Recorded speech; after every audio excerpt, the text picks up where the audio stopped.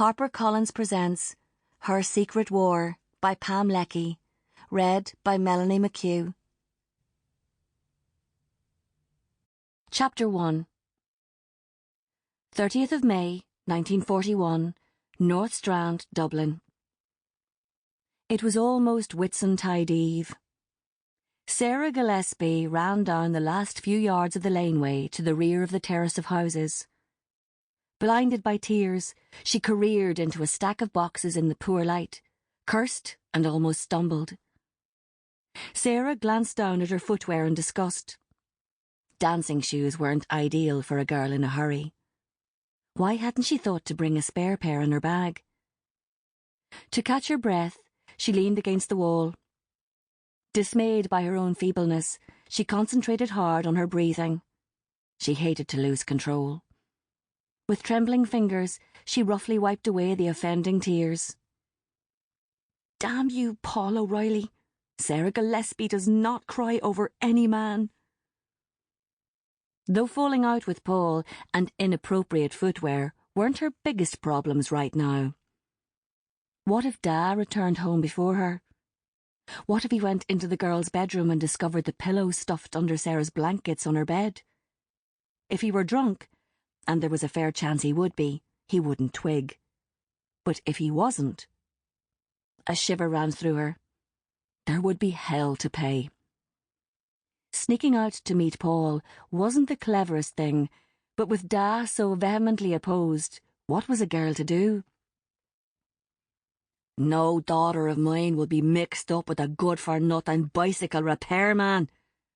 Dad had almost choked on the words. The irony wasn't lost on Sarah. With petrol rationed, Paul was inundated with work, keeping those lucky enough to be employed with a reliable means of transport. As their father had bellowed and cursed, Sarah had clenched her fists, but had remained silent. Beside her, her younger sister Maura wore that bleak and helpless expression which always came over her when Da's temper blew up. Neither Sarah nor Maura would ever have the courage to gainsay him, because there was no reasoning with Da. Sarah continued down the laneway at a slower pace until she reached a streetlight. Peeking at her watch, she was relieved to see it was 10 minutes to midnight. Her abandoned date meant she was home earlier than usual. Da wouldn't be in for ages yet. Having told Paul in no uncertain terms that she didn't need his help to get home, she had hopped on the first bus to arrive at the stop. In her pique, she hadn't noticed it was the wrong bus, and she had had to get off at a stop some distance from North Strand, leaving her with a long walk. To avoid the possibility of meeting Da or any of his mates, she had slipped through the side streets. She knew Da and his cronies would be up on Unabridged, overlooking the canal, smoking their filthy woodbines and putting the world to rights. Herr Hitler and Mr. Churchill, look out! Still, something of the weekend could be salvaged, for she had persuaded Da to accompany them to Howth the next afternoon. And, God willing, he'd be sober.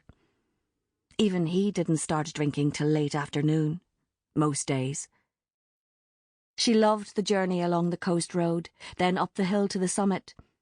It was one of her favourite places, with its stunning views of Dublin and beyond down to Wicklow, with the distinctive shape of the Sugarloaf Mountains standing proud in the distance. Nothing could be easier, with the tram for Howth passing right outside the door of number 18. Maura had suggested a picnic. Not that there was much to take in the way of food. Rationing was biting hard lately. But a flask of tea, a bottle of porter for Da, and some sandwiches would keep them going. Maura was such a sweet girl, but very innocent for a 17-year-old. Sarah worried about her, mostly because Da didn't bother. There were times Sarah resented the responsibility, but someone had to shield Maura from Da's bad temper and his fists. As Sarah approached the back gate of number 18, she heard the sound she dreaded most. The deep throbbing of those blasted Jerry bombers flying over the city. For months now, they had been making their way up the Irish Sea at night, en route. Sample complete. Ready to continue?